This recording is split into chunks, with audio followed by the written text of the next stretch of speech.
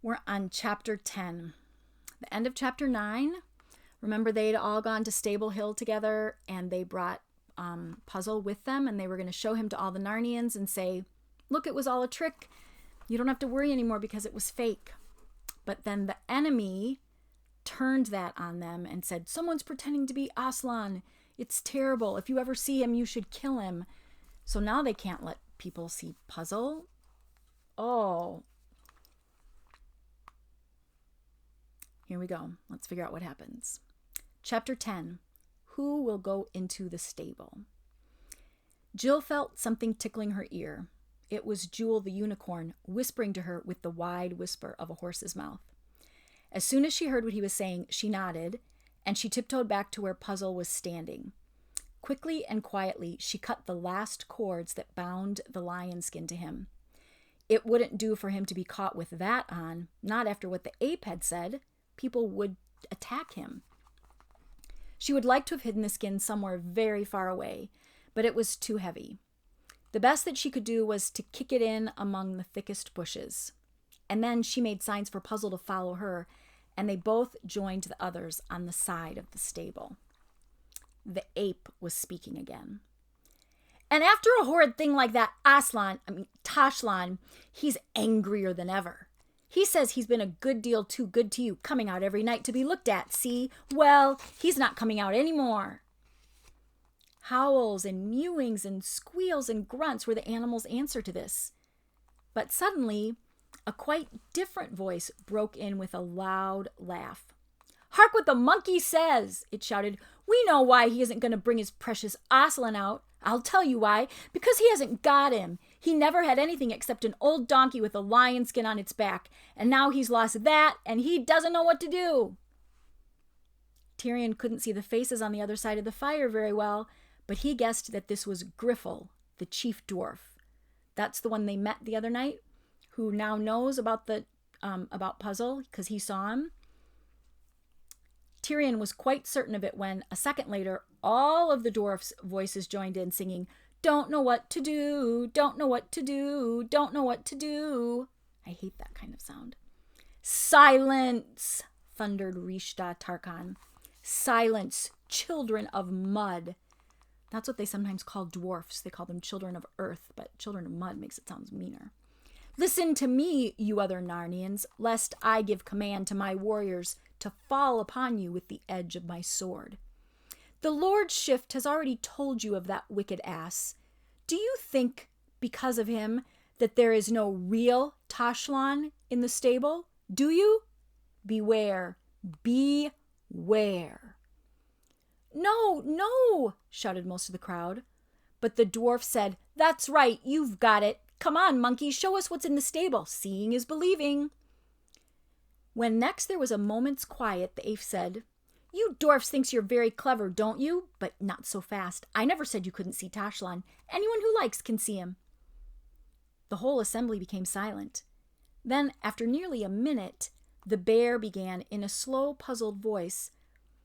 I don't quite understand all this, it grumbled. I thought you said... You thought, repeated the ape, as if anyone could call what goes on in your head thinking. Listen, you others, anyone can see Tashlan, but he's not coming out. You have to go in and see him. Oh, thank you, said dozens of voices. That's what we wanted. We can go in and see him face to face, and now he'll be kind, and it will be all as it used to be. And the birds chattered, and the dogs barked excitedly, and then suddenly there was a great stirring and a noise of creatures rising to their feet, and in a second, the whole lot of them would have been rushing forward and trying to crowd into the stable door all together. But the ape shouted, Get back! Quiet! Not so fast! The beasts stopped. Many of them with one paw in the air, many of them with tails wagging, and all of them with their heads on one side, wondering what's going on. But I thought you said, began the bear, but Shift interrupted. Anyone can go in, he said, but One at a time. Who will go first? He didn't say he was feeling very kind. He's been licking his lips a lot since he swallowed up the wicked king the other night. He's been growling a good deal this morning. I wouldn't much like to go into that stable myself tonight, but just as you please. Who'd like to go in first? Don't blame me if he swallows you whole, or if he blasts you into a cinder with the mere terror of his eyes. That's your affair. Now then, who's first? What about one of the dwarfs? Dilly, dilly, come and be killed, sneered Griffle. How do we know what you've got in there? Ho ho, cried the ape. So you're beginning to think there is something in there, eh? Well, all you beasts were making noise enough a minute ago. What struck you all dumb? Who's going in first? But the beasts all stood looking at one another, and they began backing away from the stable. Very few tails were wagging now. Here's how they had been. They were ready to go in. They were so excited. The ape waddled to and fro, jeering at them. Ho, ho, ho, he chuckled. I thought you were all so eager to see Tashlan face to face. Changed your mind, eh? Tyrion bent his head to hear something that Jill was trying to whisper in his ear. What do you think is really inside the stable? She said. Who knows? Said Tyrion. 2 Calormans with drawn swords, as likely as not, one on each side of the door. You don't think, said Jill, that it might be, that horrid thing we saw? Tosh himself? Whispered Tyrion. There's no knowing, but courage, child. We are all between the paws of the true Aslan, meaning we are all safe because that is who we follow. Then a most surprising thing happened. Ginger the cat said in a cool, clear voice, not at all as if he was excited, I'll go in if you like. Every creature turned and fixed its eyes on the cat. Mark their subtleties, sire, said Poggin to the king. This cursed cat is in on the plot, in the very center of it. Whatever's in the stable will not hurt him, I'll be bound. Then Ginger will come out again and say that he has seen some wonder. But Tyrion had no time to answer him. The ape was calling the cat to come forward. Ho ho, said the ape, so you would look upon him face to face? Come on then, I'll open the door for you. Don't blame me if he scares the whiskers right off your face. That's your affair. And the cat got up and came out of its place in the crowd, walking primly and daintily with its tail in the air, not one hair on its sleek coat out of place. It came on till it had passed the fire, and it was so close that Tyrion, from where he stood with his shoulder against the end wall of the stable, could look right into its face. Its big green eyes never blinked. Cool as a cucumber, muttered Eustace. It has nothing to fear. The ape, chuckling and making faces, drew the bolt while he shuffled across beside the cat. He put up his paw, he drew the bolt, he opened the door. Tyrion thought that he could hear the cat purring as it walked into the dark doorway. That's the sound cats make when they're happy. But then, whatever it sounds like when a cat goes crazy, that's the sound. The most horrible caterwaul you ever heard made everyone jump. Maybe you've been wakened by cats who are quarreling or making love on the roof in the middle of the night. You know the sound. It's horrible when cats are fighting. This was worse. The ape was knocked head over heels by Ginger coming back out of the stable at top speed. That's what happened. You see the cat? If you hadn't known he was a cat, you might have thought that he was just a ginger-colored streak of lightning. He shot across the open grass back into the crowd. No one wants to meet a cat in that state. You could see animals getting out of his way to the left and to the right. He dashed up a tree, whisked round, and hung his head downward. His tail was bristled out till it was nearly as thick as his whole body. His eyes were like saucers of green fire. And along his back, every single hair stood on end. That's what dogs and cats, most animals, do when they're afraid or angry. Their hair stands up. I'd give my beard, whispered Poggin, to know whether that brute is only acting or whether it has really found something in there that frightened it. "Peace, friend," said Tyrion, for the captain and the ape were also whispering, and he wanted to hear what they said. He didn't succeed, except that he heard the ape once more whimpering, "Oh, my head, my head." But he got the idea that those two were almost as puzzled by the cat's behavior as himself. "Now, Ginger," said the captain, "enough of that noise. Tell them what thou hast seen." So they have a plan here. The cat is supposed to say something. "Ah! I don't know how to scream like a cat," screamed the cat. "Art thou not called a talking beast?" said the captain. "Then hold thy devilish noise and talk." What followed was rather horrible.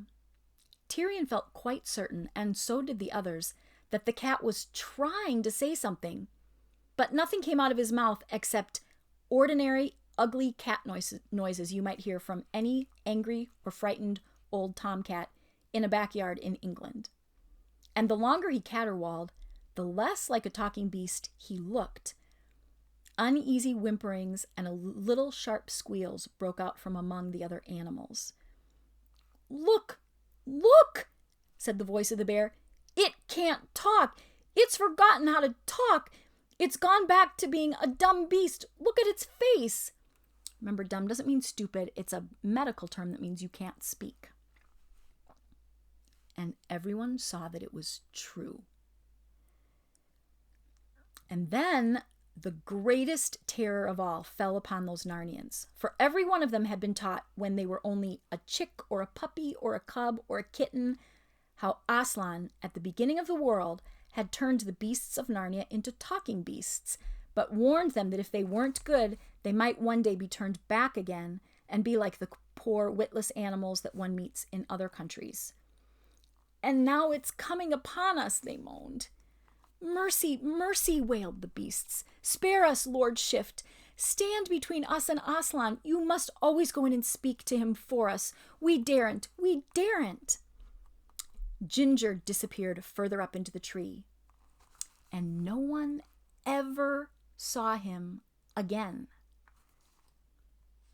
Tyrion stood with his hand on his sword hilt and his head bowed. He was dazed with the horrors of that night. Sometimes he thought it would be best to draw his sword at once and just rush upon the Calorman enemies. And then the next moment he thought it would be better to wait and see what new turn the affairs might take. And now a new turn came. "My father!" came a clear, ringing voice from the left of the crowd. Tyrion knew at once that it was one of the Calormans speaking, for in the Tisrock's army, the common soldiers call the officers "my master," but the officers call their senior officers "my father." Jill and Eustace didn't know this, but after looking this way and that, they saw the people, or they saw the speaker. For of course, people at the sides of the crowd are easier to see than people in the middle, where the glare of the fire made it all beyond it look rather black. He was young and tall and slender, and even rather beautiful in the dark, haughty Calorman way. "My father," said the captain, "I also desire to go in." "Peace, Emeth," said the captain. "Who called thee to council? Does it become a boy to speak?" "My father," said Emeth, "truly I am younger than thou, yet I also am of the blood of the Tarkans, even as thou art. And I also am the servant of Tash. Therefore—" "Silence," said Rishda Tarkan. "Am I not thy captain? Thou hast nothing to do with this stable. It is for the Narnians."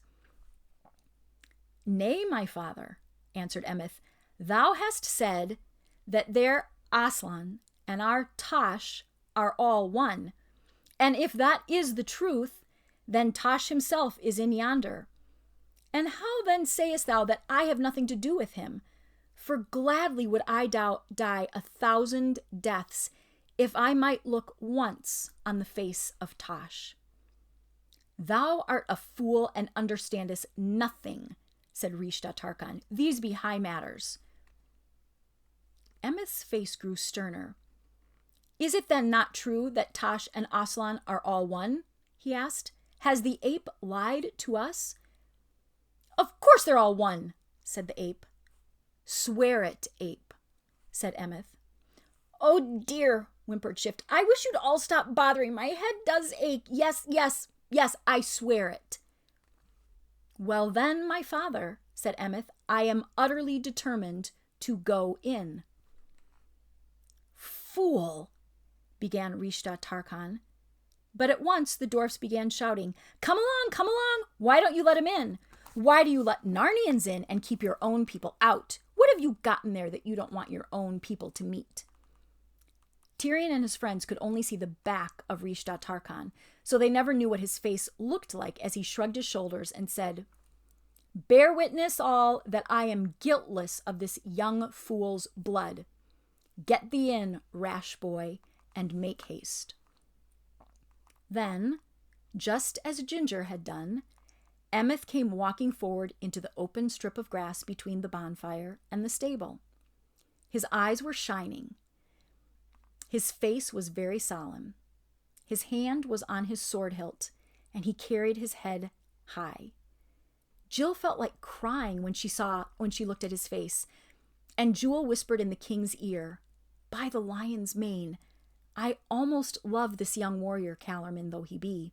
He is worthy of a better god than Tosh. There he is, walking. Oops, I gotta get it up high enough. You see him? He's walking past the Narnians, and he's going into the stable because he has served and followed Tosh his whole life and wants to see him. And the ape and Rishta and the cat were all saying that Aslan and Tosh are one and in the stable, and so he wants to go see him. Eustace said, I do wish we knew what is really inside there. Emeth opened the door and went into the black mouth of the stable. He closed the door behind him. Only a few moments passed, but it seemed longer before the door opened again. A figure in Calormen armor reeled out, fell on its back, and lay still. The door closed behind it. The captain leaped toward it and bent down to stare at its face. He gave a start of surprise, and then he recovered himself and turned to the crowd, crying out, The rash boy has had his will. He has looked on Tosh and is dead. Take warning, all of you. We will, said the poor beasts. But Tyrion and his friends stared first at the dead Calormen and then at one another, for they, being so close, could see what the crowd, being further off and beyond the fire, could not see. This dead man was not Emeth. He was quite different. An older man, thicker and not so tall, with a big beard. Ho, ho, ho, chuckled the ape. Any more? Anyone else want to go in? Well, you're all shy. I'll choose the next. You boar, on you come. Drive him up, Calormens. He shall see Toshlan face to face. Umph, grunted the boar, rising heavily to his feet. Come on, then. Try my tusks. When Tyrion saw that brave beast getting ready to fight for its life, and Calormen soldiers beginning to close in on him with their drawn scimitars, and no one going to its help, something seemed to burst inside of him. He no longer cared if this was the best moment to interfere or not. Swords out, he whispered to the others. Arrow on string. Follow. Next moment, the astonished Narnians saw 7 figures leap forth in front of the stable, 4 of them in shining mail armor. The king's sword flashed in the firelight as he waved it above his head and cried in a great voice, Here stand I, Tyrion of Narnia, in Aslan's name, to prove with my body that Tosh is a foul fiend, the ape is a manifold traitor, and these Calormens are worthy of death. To my side, all true Narnians. Would you wait till your new masters have killed you all, one by one? So he's calling for the true Narnians to come and join him to fight against the enemies.